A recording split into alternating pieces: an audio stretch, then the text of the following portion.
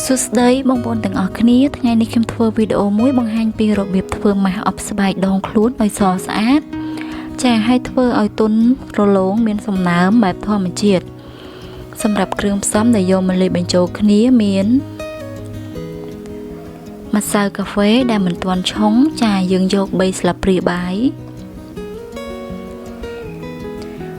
យ៉ាអូ1កំប៉ុង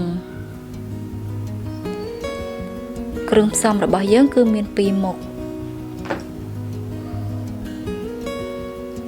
ឥឡូវនេះបងប្អូនមកមើលពីការលាយបញ្ចូលគ្នា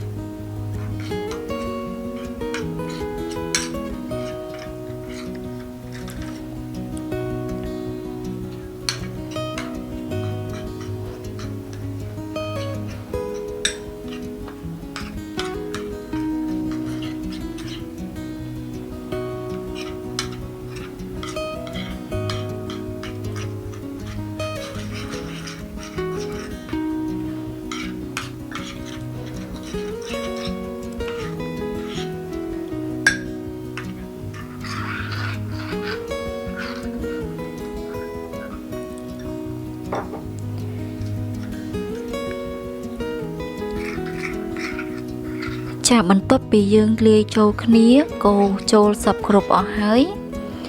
បងប្អូនអាចយកម៉ាស់នេះយកមកលាបនៅលើស្បែករបស់យើង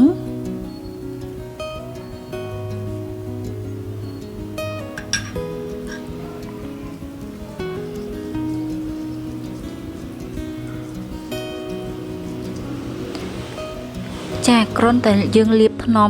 ឲ្យសព្វបន្ទាប់មកក៏អប់ទុកចោល10 ទៅ 15 នាទីហើយចាំលាងស្បែកចេញជាការស្រេច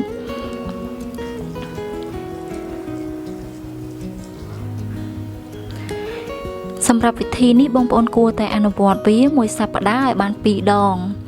ចាធ្វើវាឲ្យបានទៀងទាត់នោះវានឹងធ្វើឲ្យស្បែករបស់យើងសទន់រលោងភ្លឺថ្លានិងបំបត្តិស្នាមអុចខ្មៅនៅលើស្បែកទៀតផងចាអរគុណច្រើនបងប្អូនទាំងអស់គ្នាបើចង់លាយស្ក្រាប់ខាត់ស្បែកដោយខ្លួនឯងចំណាយលុយតិចអាចធ្វើតាមរូបមន្តដែលខ្ញុំបានបង្ហាញនេះបានបើបងប្អូនមានចម្ងល់ចង់សួរឲ្យបន្ថែមទៀតអាចខមមិនក្រោមវីដេអូរបស់ខ្ញុំ